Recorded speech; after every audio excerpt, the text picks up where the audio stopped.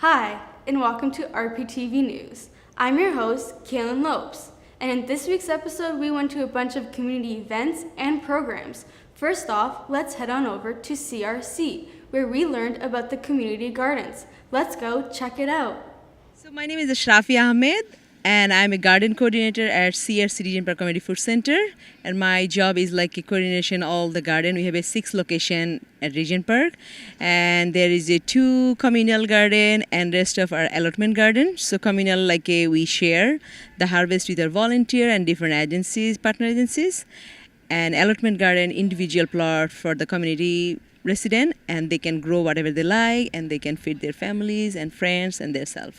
This community, people love the garden because they find out gardening is their food security. And most of my gardener, they telling sometimes they didn't get some their cultural veggie or some seeds, so they always bring seeds from back home. And then when they grow some certain veggie, they save the seed and they can use for the next year. So garden is really very much belonging to Region Park community. And they feel it's like a great place to share their stories, share their isolation, and they feel this is like a great community gathering place. And it's also impact their health.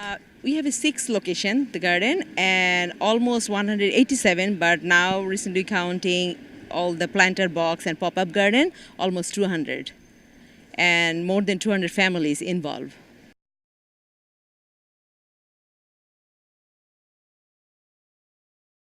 Wow, that sounds really cool. I should try out gardening on my own. Next up, we went over to Daniel Spectrum to see the circus program called Square Circle. Let's go check it out. Hi, my name is Clarence Ford, and I'm the executive director and founder of Square Circle. And what Square Circle is a social circus program. And it's 70% social circus, meaning using circus arts to engage kids and youth from 8 to 14 years old in underserved communities. And it's 30% the arts, where we do dance, that's my background. We do acting workshops like Second City, and we do photography. Our photography has gotten so good now, Henry sponsors us, and we do shows. And we do our own photography shows, and even sell our photography. Square Circle, it's a place where you can be who you want to be. You can be whoever you want, and there's no judgment. We have a circle of values that prevent judgment from happening. Everyone respects each other. It's just a safe place that everyone can do whatever they want, and they'll always be accepted. I'm training to be a leader. I'm an LIT. I'm 16 now, so I've been in the camp since I was 12. My favorite thing is juggling. Juggling is my thing at Square Circle. I have an amazing teacher here. His name is Sydney. He's started teaching me clubs, and I'm pretty good at it now. So my favorite thing is juggling. But everyone has their own talents. There's a lot of different disciplines that you could do, and everyone has their own. When you get into a community, you have to learn about trust. And you have to take the time to spend the time with the people in the community, from not only the kids or the youth, teachers, community leaders, parents. And so in the program, what I've found is that what Social Circus and what Square Circle is about having leaders. Square Circle means a lot to me. The name Square Circle is very cool because the square is the organization, the circle is our energy. I think that's really cool because they've created a organization and a place where we can just do us with show and tell, and parents not be afraid to be laughed at.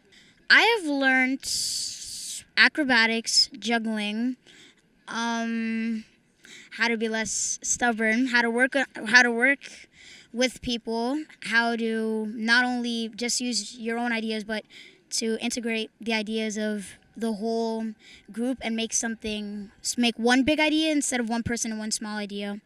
Leadership. I'm not old enough to become an LIT, but I do want to become one. My favorite part of Square Circle, the atmosphere, the people, the teaching, the all-around energy. Because when you go and start something, there's a vibe, and the vibe here is it's incredible. The people are nice. He's nice, Brandon's nice, everybody's nice, the LITs are nice. You can just communicate and get along with everybody and not be afraid. It's a place where you're fearless. And that's another thing I've learned, how to be fearless. How do they get involved with Square Circle?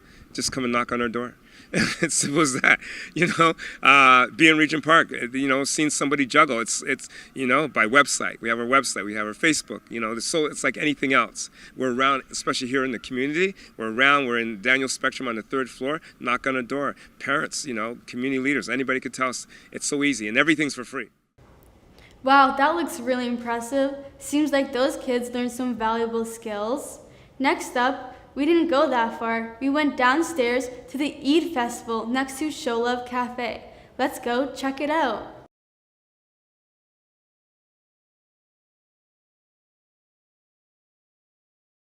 My name is Fos Ashkir. The Eid Festival is beautiful as the whole entire community is actually celebrating at Daniel Spectrum. Eid Day, and actually this is the first Eid event at the same day of Eid. So this is the first time that we're hosting, or the guys are hosting Eid and the Eid event as well. Regent Park has always been an amazing and most beautiful neighborhood that is extremely diverse, and we all know that, and so we always celebrate that diversity, right? So this is being one of them. And the accessibility to pray at the park or to pray at the community center for the Eid prayers, and to host events in the community for all folks. It's a beautiful neighborhood, and accessibility is one of the major things that we appreciate in this community. Yeah, my first name is Waleed, my last name is Kogali, and I'm a candidate in the upcoming elections for City Council, but I'm also a community leader and resident of Regent Park. I'm loving the festival. It's an opportunity to connect with family and community, and I hope that this festival continues to grow and becomes an annual event. It's a great safe space for our community to get together and celebrate a very important festival that many of us, really value. I hope that there's more community-led events. I believe the turnout today proves that when community members come together and organize events, the possibilities are endless. I've never had so much fun like today. It was amazing. We had a movie screening, food, children's games, an opportunity for folks to just connect and talk about how happy they are being able to enjoy this festival with everyone else. And I just hope that we create more spaces for such events to happen. What a great way to learn about culture. Speaking of culture, let's head on over to the Moss Park Festival. My name is Gladys Wong. I'm the Executive Director of Neighborhood Information Post. The Moss Park Festival started in 2015, so this is our 4th year doing it, and it's an opportunity for us to bring Moss Park residents together. It's a great opportunity for people to interact with each other, to get to know each other and have a good time, and get to know the community, enjoy the community. It's a time for us to fill the screen space with positive and fun activities. It has been a long-held tradition in Moss Park, and I think people enjoy it very much. So my name is Shandine Williams. I work at the Neighborhood Information Post, and we're located 269 Gerrard Street, upstairs the public library.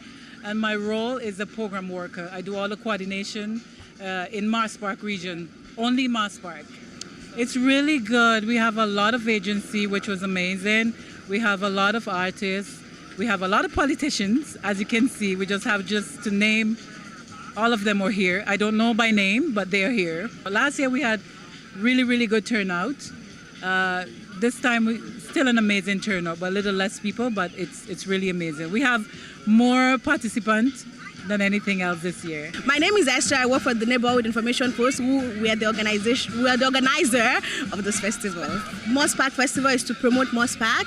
If you notice, Moss Park is a predominantly low economical environment, and as such it has such a negative connotation to it. When people think of Moss Park, they think about drugs, they think about homelessness, they think about people who are just committing crimes. We want to bring awareness that Moss Park is much more than that. There is beauty in the least expected place, which is Moss Park. So we want to say we love Moss Park. We are a community. We're proud to be a part of this community. We're proud to support this community. And that is what we do. By bringing this festival in, we want to bring people together and say it's okay to relate to your community.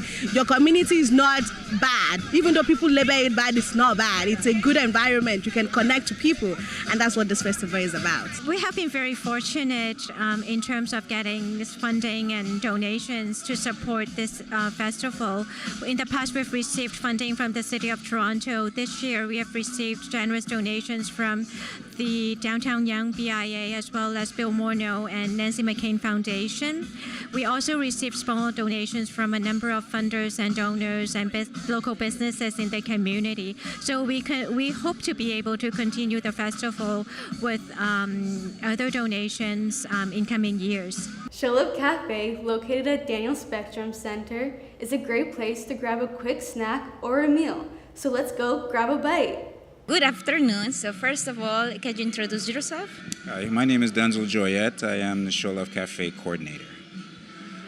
Why are you here? How did you start to come here and create this Show Love Cafe? Well, I work for a company called Dixon Hall, and I grew up in the area, so I am a chef. So this is my way of coming back to the community and showing my talent and stuff like that. So.